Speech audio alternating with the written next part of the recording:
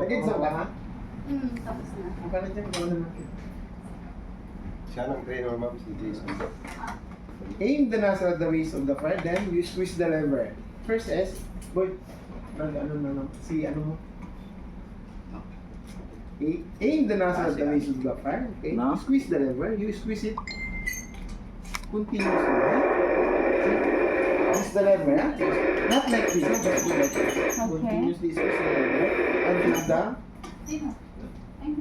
sound will be empty, okay? Sino na? Then you will sweep now from side to side, okay? Like this. Don't sweep like this. So, later I will show you the. Okay, I will do it. This will not reach the part. Okay? If you're too far, it will not reach, okay? So, say if distance will be 2 meters. I will do it now, okay?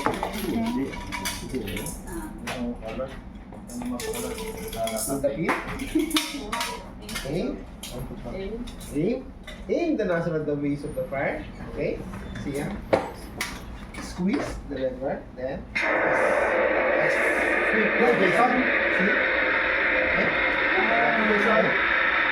Until you full extinguish. Don't stop until you full extinguish.